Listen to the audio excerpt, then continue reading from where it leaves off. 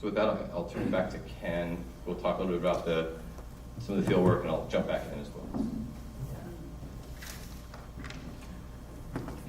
Great, thank you. So now we want to share with you a little bit about this biological resources mapping. This has been really conducted kind of later winter into the spring over a few months. Our botanists, trained botanists who are very familiar with Oakland Vegetation went out in the field and covered all of those sites that we showed you. And they really, the idea was to document existing biological conditions within the planned area.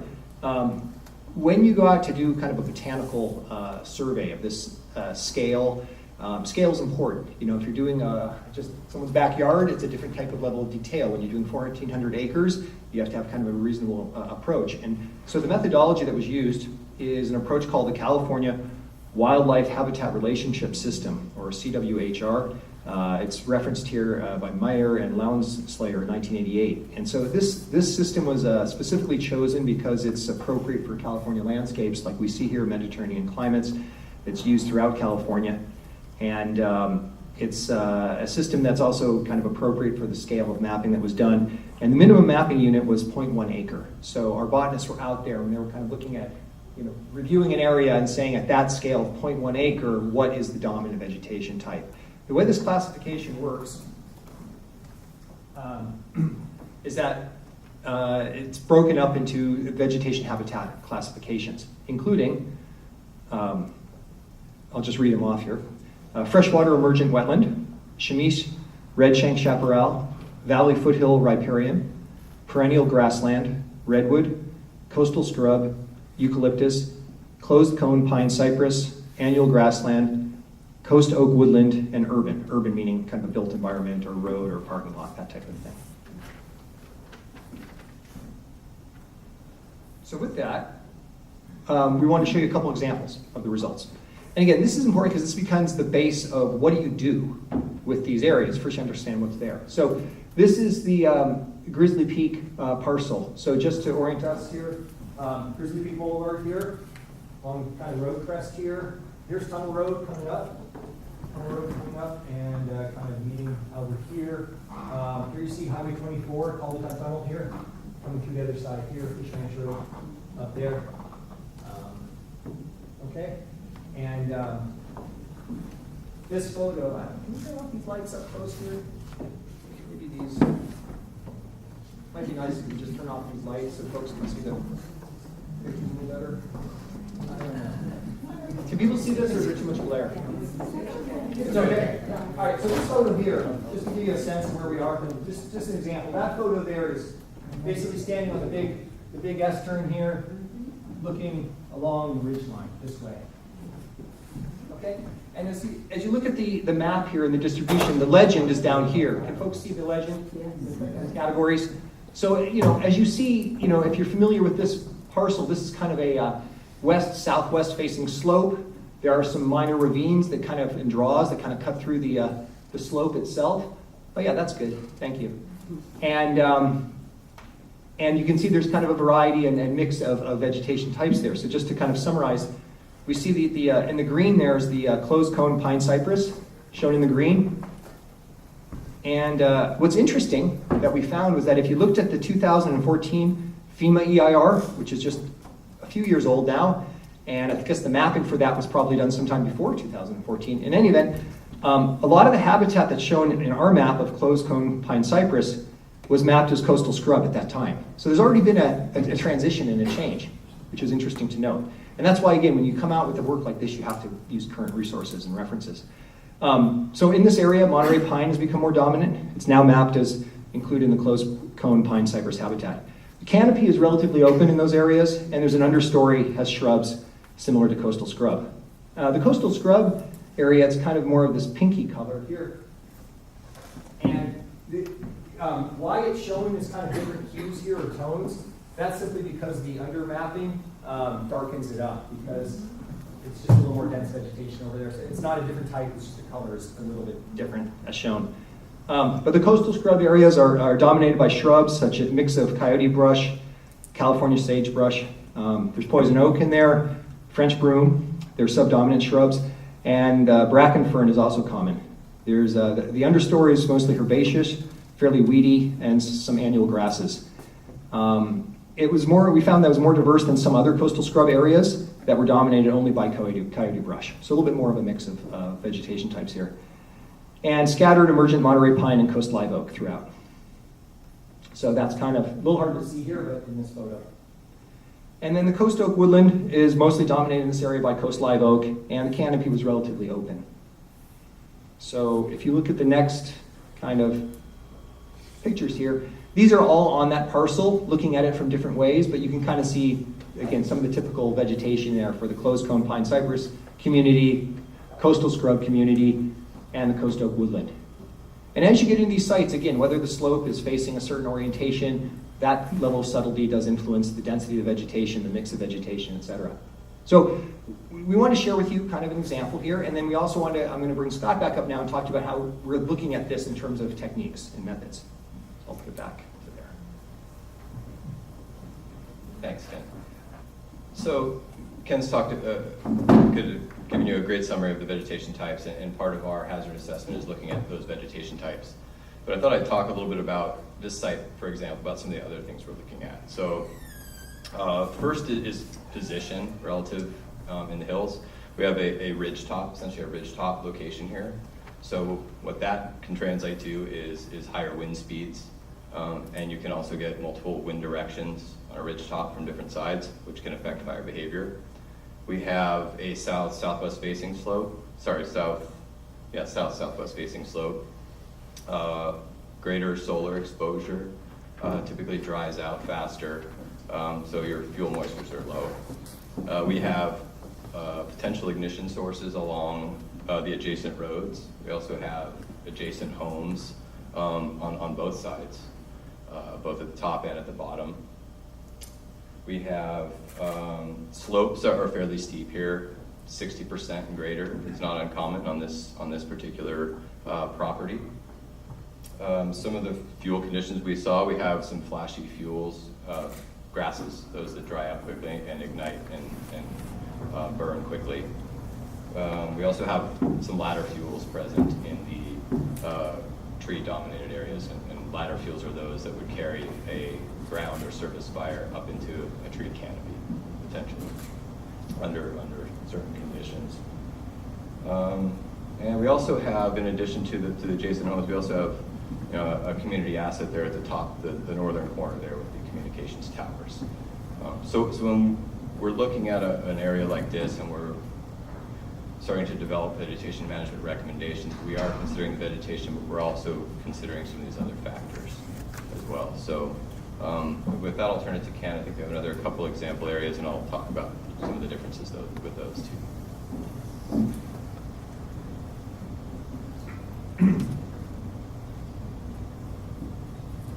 Okay, so next example site, Shepherd Canyon.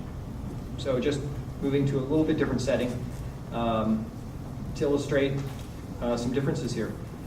And there's Shepherd Canyon Road there, just kind of to give you orientation, kind of coming up to Skyline. I think you can see the 13 there in the kind of the southwest corner. The big bend of Shepherd Canyon as it snakes off the road is where Snake Boulevard comes in, kind of moving into Montclair. Folks are familiar with the area. Kind of this is the park and kind of the soccer fields are kind of down here, showing the urban. The existing fire station is right about here at the bend of the road. Okay, and the railroad trail kind of comes right down to here, goes around. But the Shepherd Canyon city-owned parcels kind of extend all the way up into this tributary here, as well as the kind of Beaconsfield Place area. So a little bit different than the Grizzly Peak site here. We're now in a canyon. So again, different aspects when you're in kind of a canyon bottomland area, and you can see here a little bit more predominance of coastal oak woodland community, comprised mostly of coast live oak, some bay laurel as well, some of the more moist areas. Moderate to closed canopy here, pretty good coverage. There's some annual grasses as well here, shown in the yellow. So just a little bit of bulk shown right here. But this picture here is kind of right in here. So just a little bit upslope from the soccer fields, looking in, you get into some annual grasses. You work your way kind of up that tributary canyon. Perched above, there's another little valley area with more grasses, and you kind of get up into the tighter canyon corridor, a little bit further upslope. There's urban features throughout here, roads, parking lot, the playing fields themselves. And then there's also kind of a eucalyptus habitat zone here, really on the other side of Shepherd Canyon, mostly in here. Kind of that somewhat south-facing or southwest-facing slope between Shepherd Canyon and the railroad trail, where that's eucalyptus dominated. And some more photos here. So this is the parking lot. Here are the soccer fields, picking up towards the railroad trails, up above here, above the eucalyptus. And this is that annual grassland area, kind of working its way up into the oak corridor up above. So let me turn it back over to Scott to talk about approach here. Yeah, thanks, Ken. Okay, so we have a different scenario here. We have a lower canyon type area, less exposed. Because it's lower, you're going to have generally higher fuel moisture. So that's something that we would want to consider. We have homes along the perimeter in most of the areas. We have a road bisecting the parcel. We have moderate slopes. One of the issues here, we have some grassland, not as much as we saw in some of the other areas, but we do have a little bit more of the French broom growing up under some of the tree canopy, especially, pardon me, on the eucalyptus side of the property. One of the constraints we have here is the stream setback. And in respect to winds, a little less likely, a little less strong here, although given the canyon alignment, we could have some increased wind speeds as well as wind directions that differ from the prevailing wind.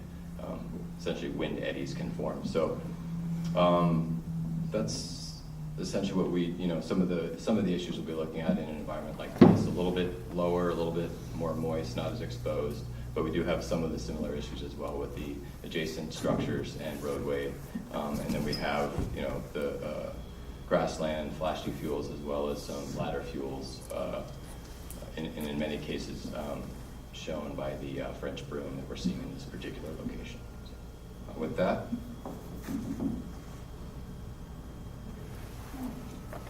Great, so we'll go on to another example site here as kind of a, components, the building blocks of the plan here. And this one is Skyline Boulevard, but now we're south here. That's Keller Ave, kind of the junction of Keller and Skyline. And showed this as an example because a lot of the plan area, they're not all large areas like Shepherd Canyon or Joaquin Miller or even the Grizzly Peak line. Some of these are kind of discrete or smaller parcels that are kind of spread along throughout the hills here. And so that's what we see here along the roadside here along Skyline. And if you can make out the colors here, you kind of see it's, again, a mix of, there's some closed cone pine cypress there along Skyline, a little bit of annual grassland there, mix of some of the scrub and the coastal woodland, and some eucalyptus as well, kind of paralleling along the road. To note here, in the closed cone pine cypress community, a number of mature Monterey pine and Monterey cypress trees with a herbaceous understory. That currently is kind of mowed and maintained under current conditions. As far as the annual grassland, just a little bit of it here. And we see that's mostly wild oats and herbaceous weedy vegetation. So with this, Scott.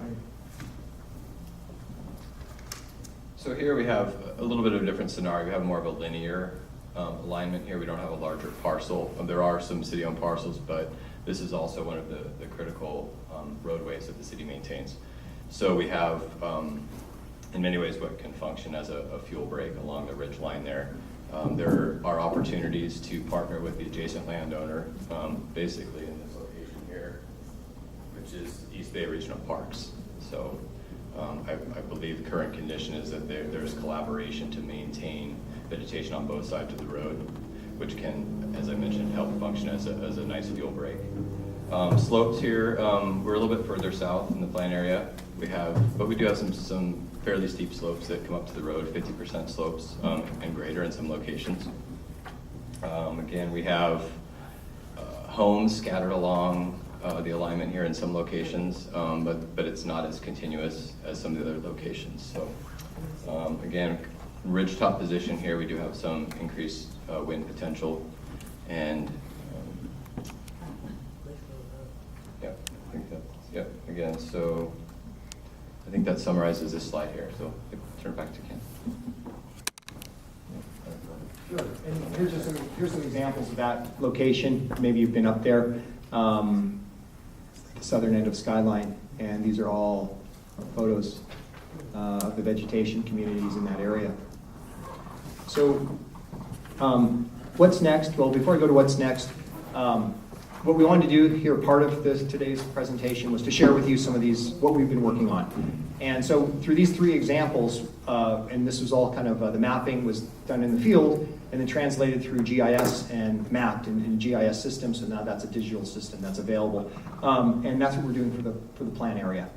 And then based on that, based on those conditions and site-specific conditions, there'll be recommendations for the treatments that will be applied at those areas. So that's where we're going, and this is a snapshot of what we've been working on the last couple of months. In terms of what's next, where do we go from here? Well, I guess this nice calendar kind of shows you the spring. We had those earlier stakeholder briefings, communication. We got feedback, input from you. Conducted the community survey. We learned more about the focus and what's important to people through that process. And then in parallel, we were conducting these field assessments and the GIS analysis and the modeling research. That's kind of what's been going on till now. And now we're here at the public meeting in June. And really from here, we go now and we then kind of flesh out and develop the plan according to the outline that Scott shared with you. So now it's a matter of kind of going through the plan and developing that up, with the idea of coming back in September and having a draft plan, hopefully September, maybe October, but target is September, for your review and discussion. And we haven't talked so much yet about what that rollout might look like, but I would imagine possibly it might be that when this is, the plan is ready and available, maybe we do another meeting to share with you like at least a guide, kind of a walking guideline of like what's in it and what are the sections to look for, and then folks obviously will go off and read it and have opportunity to comment and do all those things. So that's kind of what's coming as we keep working on the plan through the summer and then into the fall. And then kind of off here to the side here we have environmental review, CEQA. And you know, it was important that we didn't jump right into that until we actually had a plan. We didn't want to just like, okay, here's the project and plan, let's go do CEQA. We haven't started that. We want to develop a plan, get feedback, talk more about that, figure out what that plan is. And then from that point on, then there will be a process to start the CEQA, which is the environmental review of the plan itself. So that will be happening later in the fall as well. So, and in terms of the environmental review, I think we showed the slide, the last briefing, but it's CEQA, right? So in California Environmental Quality Act, there's lots of guidelines. We'll have probably another session, we'll have scoping meetings about the CEQA process, for those of you who aren't familiar with it, but it will be looking at a number of resource topics and what are the potential environmental effects of this plan on these other resources. That's the point. And let me turn it back over to Rebecca, who will provide some more information about just keeping informed and keeping updated. Yeah, so just a reminder, these are the ways to stay in touch with us. Most of you here have already signed up to receive our email alerts. We did learn through the survey process that 70-80% of you prefer to be contacted by email. When you do email info@oaklandvegemanagement.org, those come directly to my inbox. Feel free to ask questions, submit your comments, even if it's not a formal comment period. My goal is to be really responsive to you all. Of course, we're on social media. We don't have a ton of followers yet, but if you're on Twitter or Facebook, feel free to follow us there. We'll also put our project updates online there. And then, of course, every time we have a meeting like this or we have new documents to share, we'll upload it to our website. So with that, we will stop talking at you, and we want to hear from you. So we wanted to give you an opportunity to come up and either ask a question or make a comment on what you've heard today. When you signed in, there was a sign-up sheet to add your name to the list. If you get the urge now or partway through this Q&A session, feel free to add your name.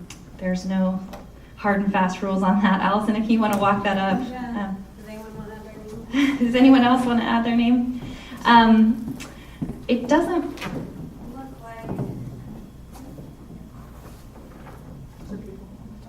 Look like we have a huge list, maybe half a dozen people. So there's another sheet in the back if you want to make your way there, or Allison can bring it to you.